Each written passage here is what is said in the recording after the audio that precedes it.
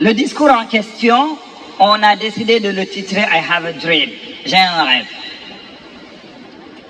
Je suis heureux de me joindre à vous aujourd'hui pour participer à ce que l'histoire appellera la plus grande démonstration pour la liberté dans les annales de notre nation. Il y a un siècle de cela, un grand Américain qui nous couvre aujourd'hui de son ombre symbolique signait notre proclamation d'émancipation. Ce décret capital se dresse comme un grand phare illuminant d'espérance les millions d'esclaves marqués au feu d'une brûlante injustice. Ce décret est venu comme une aube joyeuse terminer la longue nuit de leur captivité. Dès le premier paragraphe, Martin Luther King plonge dans l'histoire. Il plonge dans l'histoire en rappelant à ses auditeurs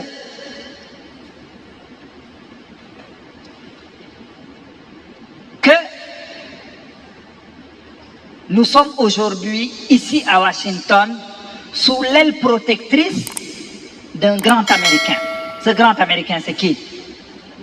Le président Abraham Lincoln. Ils étaient sous la statue du président Lincoln, qui, 100 ans auparavant, avait décidé de mettre fin à l'esclavage. Esclavage qu'il qualifie avec des termes de leur captivité. Il parle de l'esclavage. Et le décret de cette proclamation d'émancipation, il la compare à un phare. Un phare, c'est quoi? C'est une grosse lumière qui illumine. Pourquoi? Parce que, imaginez, entre le XVIIe siècle et 1863, pendant plus de 250 ans, les Noirs ont vécu comme étant des esclaves. Et voilà un décret qui vient mettre fin à cette situation. C'est aussi une manière pour Martin Luther King de rendre hommage au président Abraham Lincoln. Mais, 100 ans plus tard, le noir n'est toujours pas libre.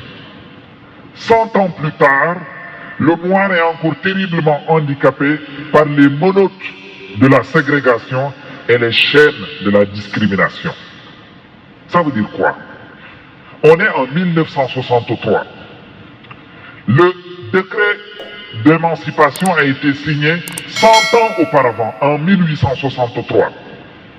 Pendant ces 100 années, le noir est tenu, selon Martin Luther King, par les menottes de la ségrégation et de la discrimination. La personne qui est menottée est une personne qui n'est pas libre de ses mouvements.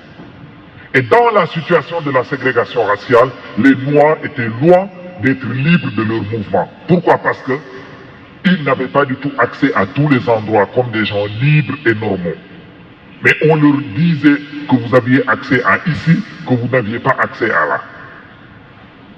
Et Martin Luther King le dénonce.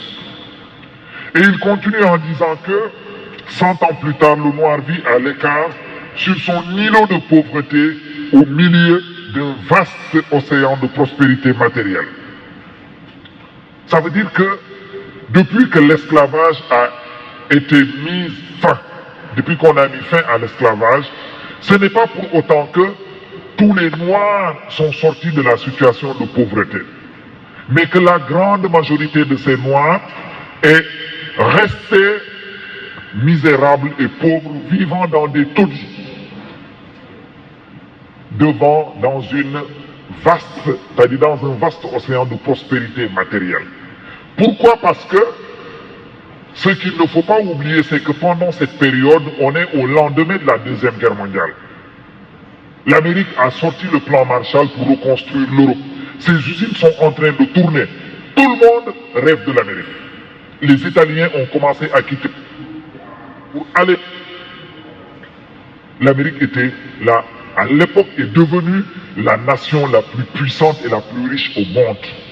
Mais malgré cette puissance et cette richesse, les Noirs vivaient dans une misère la plus totale. Et malheureusement, jusqu'au moment où nous parlons, c'est encore une vérité. Les choses ne sont plus ce qu'elles étaient en 1963. 100 ans plus tard, le noir languit encore dans les coins de la société américaine et se trouve exilé dans son propre pays. Être exilé dans son propre pays veut dire quoi? Veut dire être là sans avoir le droit d'y être.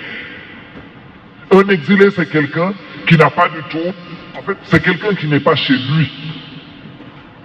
C'est quelqu'un qui n'est pas chez lui, pas par choix, mais par contrainte.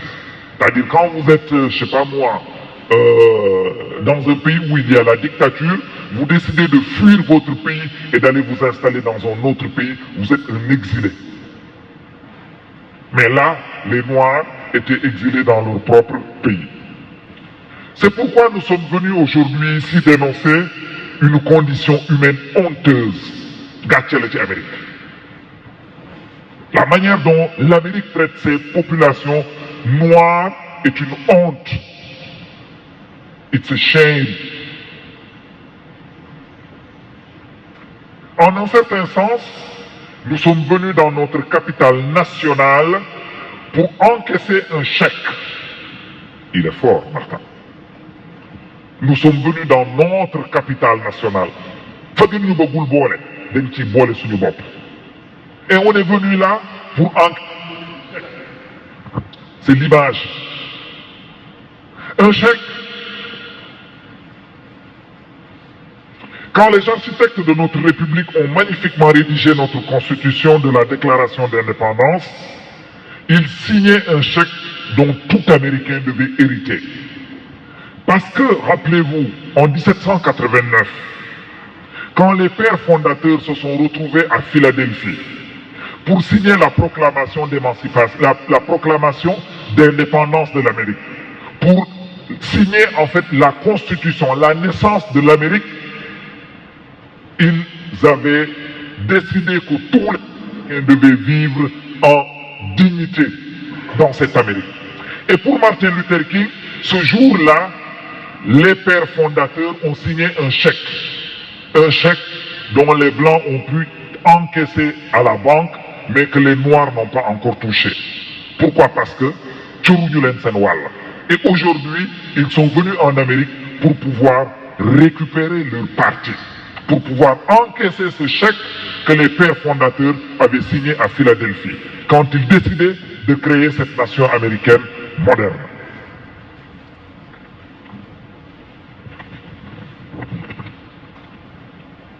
Ce chèque était une promesse qu'à tous les hommes, lui, aux Noirs comme aux Blancs, seraient garantis les droits inaliénables de la vie, de la liberté et de la quête du bonheur. Vous savez, la Constitution américaine est une constitution qui a très peu d'articles. Ce sont des amendements qu'il y a. Mais quand les pères fondateurs rédigeaient cette constitution, rappelez-vous, George Washington avait proposé qu'il y avait des esclaves en son temps. Il avait décidé, lui, de libérer ses esclaves. Et il avait décidé de mentionner dans le projet de constitution que l'esclavage était aboli. Mais parce qu'il avait la volonté de construire cette Amérique, certains, surtout ceux qui étaient venus représenter les États du Sud, avaient dit niet. Il a laissé passer. Mais quand ils ont signé cette proclamation d'émancipation, ils signaient la naissance de ce qu'ils allaient appeler la plus grande démocratie au monde. Et dans une démocratie, comme vous avez eu à le voir, les hommes naissent libres et égaux en droit. Mais ils se sont rendus compte que les Noirs ont été privés de leur dignité. Ils ont été privés de leur liberté et ils ont été privés de leur droit d'avoir le bonheur dans la vie. Il est évident qu'aujourd'hui, l'Amérique a manqué à ses promesses à l'égard de ses citoyens de couleur. L'Amérique n'a pas tenu sa promesse. Quelle est cette promesse? Cette promesse qui a été faite aux Noirs qui avaient participé aux côtés des 13 colonies à faire la guerre contre l'Angleterre pour libérer l'Amérique. Mais cette Amérique également n'a pas tenu sa promesse parce que les Noirs avaient combattu aux côtés des Blancs pour chasser les Français. Cette Amérique également n'a pas tenu sa promesse. Pourquoi? Parce que les Noirs sont considérés comme étant des citoyens de seconde zone dans leur propre pays. Au lieu d'honorer ses obligations sacrées, l'Amérique a délivré au peuple noir un chèque en bois qui est revenu avec l'inscription « provision insuffisante ». Martin Luther King utilise la symbolique du chèque pour montrer au monde que l'Amérique s'est jouée de son peuple noir. Il lui a donné un chèque alors qu'il n'y a pas d'argent à la banque. Et les Noirs se sont présentés à la banque. Le banquier a refusé de les payer. Pourquoi? Parce qu'il n'y avait pas du tout d'argent. C'est une image. C'est un symbole qu'il utilise pour montrer que l'Amérique a trahi une partie de sa population. Mais nous refusons de croire qu'il n'y a pas de quoi honorer ce chèque dans les vastes coffres de la chance en notre pays. Vous voulez nous faire croire qu'il n'y a pas d'argent? Vous voulez nous faire croire que nous n'avons pas notre place dans cette Amérique? Nous refusons de le croire. Nous considérons et nous sommes convaincus que nous tous avons notre place dans cette société et dans ce pays qu'est l'Amérique, la Grande Amérique. Aussi sommes-nous venus encaisser ce chèque, un chèque qui nous donnera sur simple présentation les richesses de la liberté et la sécurité de la justice. Pourquoi? Parce qu'il parle ainsi, parce que la Constitution américaine garantit la liberté.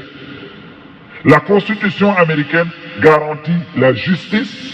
La Constitution américaine garantit la sécurité à toutes ces populations. Et Martin Luther King aujourd'hui exige de cela. Nous sommes également venus en ce lieu sacrifier pour rappeler à l'Amérique les exigences urgentes de l'heure présente. Ce n'est pas le moment de s'offrir le luxe de laisser tiédir notre ardeur ou de prendre des tranquillisants de demi-mesure. Il s'adresse aux leaders de l'Amérique. Là, il ne parle plus au monde. Il change de destinataire dans son discours. Là, il s'adresse à ceux qui font la loi, aux chefs de l'État. Il s'adresse au Congrès. Il s'adresse aux différents gouverneurs en leur disant que nous sommes là aujourd'hui parce que nous avons lutté. Nous n'allons pas nous satisfaire de promesses vaines. Nous ne nous satisferons pas de tranquillisants de demi-mesure. Rentrez chez vous tranquillement, on va faire le nécessaire. Non, c'est maintenant que vous allez le faire. C'est maintenant qu'on va accéder à notre liberté. C'est l'heure de tenir les promesses de la démocratie. C'est l'heure d'émerger des vallées obscures et désolées de la ségrégation pour fouler le sentier ensoleillé de la justice raciale. Il est temps de mettre fin à la ségrégation raciale. C'est l'heure d'enraciner notre nation des sables, d'arracher plutôt notre nation des sables mouvants de l'injustice raciale et de l'établir sur le roc de la fraternité. L'injustice est un sentier mouvant. Il est l'heure de sortir de cette situation pour instaurer la justice sociale sur le roc. Le roc, c'est la grosse pierre qui est incassable, une pierre qui est très dure, qui peut supporter tout. Et c'est sur cette pierre que nous devons faire en sorte que la justice sociale soit instaurée. Il sera fatal pour la nation de fermer les yeux sur l'urgence du moment. Une mise en garde. C'est étouffant d'été du légitime mécontentement des Noirs ne se terminera pas sans qu'advienne un automne vivifiant de la liberté et de l'égalité. Tout à l'heure, je vous disais que 1963, le mouvement des droits civiques avait atteint son summum. Les choses avaient atteint un tel niveau, les Noirs étaient tellement mécontents, les choses, tous les États, en 1963, millions et des millions de personnes qui sont sorties dans les différentes rues des différents États de l'Amérique pour dire non à la ségrégation, pour dire non que nous en avons assez de cette ségrégation. Et Martin Luther King de dire que nous ne sortirons pas de cet été avant que l'automne ne vienne avec la liberté. Ça veut dire que les choses devraient se régler pendant cet été. La ségrégation doit mourir ici. 1963 n'est pas une fin, c'est un commencement. Ceux qui espèrent que le noir avait seulement besoin de se défouler et qu'il se montrera désormais satisfait auront un rude réveil si la nation retourne à son train-train habituel. Il continue dans ses menaces. Il dit à ceux qui veulent bien l'entendre que le noir est debout déterminé à arracher sa liberté. Que ceux qui pensent que suñu ñibbee rek delluwaat ci suñuy soxla fàtte la ñu nekkee, ils se trompent. Nous ne retournerons pas à notre train-train habituel. Nous allons continuer cette lutte et cette bataille pour que nous puissions être libres, que nous puissions être considérés comme des citoyens américains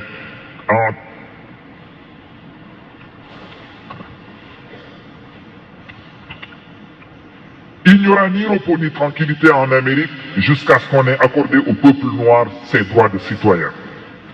Les tourbillons de la révolte ne cesseront d'ébranler les fondations de notre nation jusqu'à ce que le jour éclatant de la justice apparaisse. Tant que la justice ne sera pas, nous n'arrêterons pas. Mais il y a quelque chose que je dois dire à mon peuple, debout, sur le seuil accueillant qui donne accès au palais de la justice. En procédant à la conquête de notre place légitime, nous ne devons pas nous rendre coupables d'agissements répréhensibles.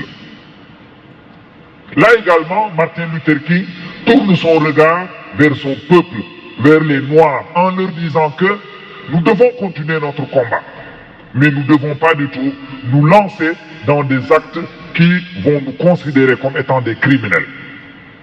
N'oubliez pas que Martin Luther King est adepte de la non-violence. Et que dans le cadre du mouvement des droits civiques, il y a certains qui sont adeptes de cette violence, qui disent qu'on répond par la violence à la violence. Il y a les Black Muslims de Malcolm X, il y a les Black Panthers, il y a d'autres mouvements qui pensent qu'il n'y a que par la violence qu'on peut répondre à cette violence que nous impose le peuple de l'Amérique blanche, en tout cas le peuple raciste et ségrégationniste de l'Amérique blanche. Ne cherchons pas à satisfaire notre soif de liberté en buvant à la coupe de l'amertume et de la haine. Nous devons toujours mener notre lutte sur les hauts plateaux de la dignité et de la discipline. Nous ne devons pas laisser nos revendications créatrices dégénérer en violence physique. Sans cesse, nous devons nous élever jusqu'aux hauteurs majestueuses où la force de l'âme s'unit à la force physique. Il demande à son peuple d'être des personnes dignes, des personnes responsables. En Wolof, vous direz Mbam le wek me wekoko. C'est ce qu'il dit littéralement aux Noirs, en leur disant que nous allons certes continuer notre combat, nous allons gagner, mais nous allons le faire avec élégance, nous allons le faire avec dignité. Et on va mener notre combat de là-haut. Le merveilleux esprit militant qui a saisi la communauté noire ne doit pas nous entraîner vers la méfiance de tous les blancs. Car beaucoup de nos frères blancs, leur présence ici aujourd'hui en est la preuve, ont compris que leur destinée est liée à la nôtre. Il dit aussi et il précise, et c'est important, que tous les blancs ne sont pas des ségrégationnistes. N'oubliez pas que dans le combat que nous avons eu à étudier, la stratégie juridique par exemple, la NAACP, c'est une association qui a été mise en place par des avocats blancs. Tous les blancs ne sont pas des ségrégationnistes. Tous les blancs ne détestent pas du tout les noirs. Et même le jour où Martin Luther King est en train de prononcer son discours, il y avait, comme je vous ai dit, les plus grandes stars de l'Amérique étaient là. Et à l'époque, la plupart de ces stars étaient des blancs. Et le symbole de ces stars à l'époque, c'est quelqu'un comme Harry Belafonte. Harry Belafonte, c'est l'équivalent de la plus grande star mondiale à l'époque. Il était là pour prendre part à cette manifestation. Et Martin Luther King demande aux Noirs, ràññee ñëpp du suñu ay noon. Parmi les Blancs, il y a des gens qui nous ont soutenus, qui sont à côté de nous et qui ont toujours été à nos côtés dans le cadre du combat que nous sommes en train de mener. L'assaut que nous avons monté ensemble pour emporter les remparts de l'injustice doit être mené par une armée biraciale, une armée constituée de Noirs et de Blancs. Nous ne pouvons marcher tout seuls au combat. Et au cours de notre progression, il faut nous engager à continuer à aller de l'avant ensemble. Nous ne pouvons pas revenir en arrière. Il y a des gens qui demandent aux militants des droits civiques, quand serez-vous enfin satisfaits? Nous ne serons jamais satisfaits aussi longtemps que le noir sera la victime d'indicibles horreurs de la brutalité policière. Martin Luther King dénonce les différentes violences que la police mène à travers les manifestations. La répression de Birmingham, vous avez vu à le voir dans les différents documents que vous avez reçus. Il dénonce cette violence. Lui-même en a été victime. Il a été arrêté et emprisonné pendant 4 mois à Birmingham. De sa prison de Birmingham, il a écrit une lettre qui est restée un document phare de l'histoire du mouvement des droits civiques. Nous ne pourrons être satisfaits aussi longtemps que nos corps, lourds de la fatigue des voyages, ne trouveront pas un abri dans les motels des grandes routes ou les hôtels des villes. Non. Nous ne serons pas satisfaits tant qu'on nous interdit de pouvoir dormir dans les hôtels ou bien dans les motels. Un motel est un petit hôtel qui se trouve le long des routes en Amérique. Parce que vous savez, l'Amérique est maillée de routes. Mais Martin Luther King répond à ceux qui disent « Voyez, il leur dit que non. Nous ne serons jamais satisfaits tant que cette ségrégation va nous empêcher de pouvoir entrer dans les hôtels de notre choix pour y dormir. Nous ne saurons être satisfaits aussi longtemps que la liberté de mouvement du noir ne lui permettra guère que d'aller d'un petit ghetto à un ghetto plus grand. Nous ne pouvons être satisfaits aussi longtemps que nos enfants, même devenus grands, ne sont pas traités en adultes et verront leur dignité bafouée par les panneaux réservés aux Blancs. Nous ne pourrons être satisfaits aussi longtemps qu'un noir du Mississippi ne pourra pas voter et qu'un noir de New York croira qu'il n'a aucune raison de voter. Non. Nous ne sommes pas satisfaits et nous ne le serons jamais. Tant que le droit ne jaillira pas comme l'eau et la justice comme un torrent intarissable. Da ngeen ne bëgg ñu doyal pour que ñu doyal da ngeen ñuy jox suñu wàll jox ñu suñu cër considérez ñu comme seen bopp. Mais vous ne pouvez pas continuer à traiter nos enfants comme des éternels enfants, même s'ils sont devenus adultes. Vous ne pouvez pas continuer à marquer au fronton des espaces publics, au fronton des restaurants, au fronton de certaines écoles et universités, accès réservé aux Blancs. Et vous voulez qu'on soit satisfait? Mais satisfait de quoi? Nous ne le serons jamais tant que la justice ne sera pas, et nous ne le serons jamais tant que nous n'aurons pas du tout notre place. Je n'ignore pas que certains d'entre vous, ils s'adressent toujours aux Noirs, ont été conduits ici par un excès d'épreuves et de tribulations. D'aucuns sortent à peine d'étroites cellules de prison. D'autres viennent de régions où leur quête de liberté leur a valu d'être battus par les orages de la persécution et secoués par les bourrasques de la brutalité policière. Waouh! Je sais que certains d'entre vous, quand ils ont décidé de prendre la route pour venir, les différents États qu'ils ont traversés, ils ont été victimes de la brutalité de certains gouverneurs. Dans le cadre des voyageurs de la liberté, par exemple, dont certains ont venu prendre part à cette manifestation du 28 août, vous avez lu dans les documents que parfois il a fallu que Washington envoie l'armée pour les encadrer. Et en venant sur les routes, ah, vous les nègres là, vous voulez aller manifester à Washington? On va vous montrer de quoi on est capable. Certains ont été tabassés, emprisonnés, d'autres ont été victimes de brutalité policière. Vous avez été les héros de la souffrance créatrice. Continuez à travailler avec la certitude que la souffrance immédiate vous sera rédemptrice. Il utilise parfois des termes qui renvoient à la Bible, la rédemption. Comprenez-le parce que c'est un homme d'église qui s'est converti en quelqu'un qui se bat pour une cause. Retournez dans le Mississippi, retournez en Alabama, retournez en Caroline du Sud, en Géorgie, retournez en Louisiane, retournez dans les taudis et les ghettos des villes du Nord, sachant que, de quelque manière que ce soit, cette situation peut et va changer. Ne croupissons pas dans la vallée du désespoir. Vous n'avez pas le droit à désespérer. Restez optimiste, restez pessimiste, continuez à vous armer et à vous battre pour votre cause dans le respect et la dignité. Il arrivera un jour que cette situation prenne fin. Je vous le dis ici et maintenant, mes amis, bien que nous ayons à faire face à des difficultés aujourd'hui et demain, je ferai toujours ce rêve.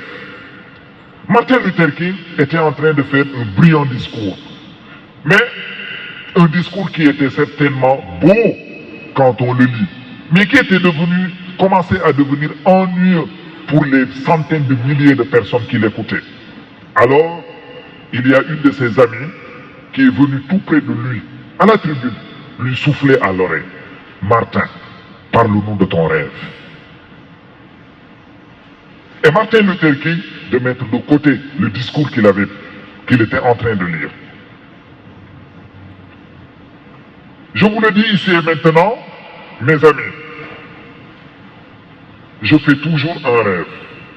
C'est un rêve profondément ancré dans l'idéal américain. Je rêve que, un jour, notre pays se lèvera et vivra pleinement la véritable réalité de son credo. Nous tenons ces vérités pour évidentes par elles-mêmes que tous les hommes sont créés égaux.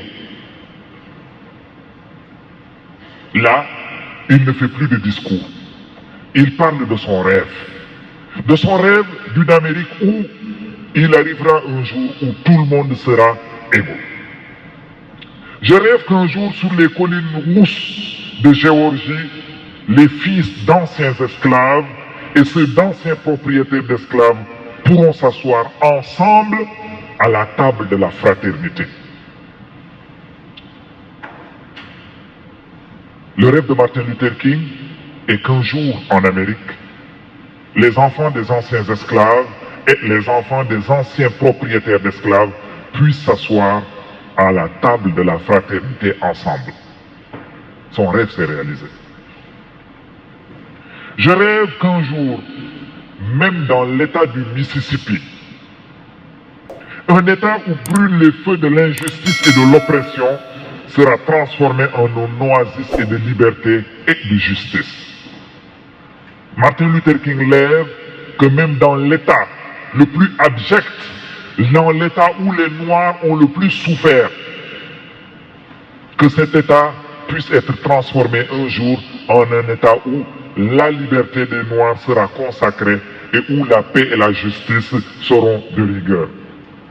Je rêve que mes 4 petits-enfants vivront un jour dans une nation où ils ne seront pas jugés sur la couleur de leur peau, mais sur la valeur de leur caractère.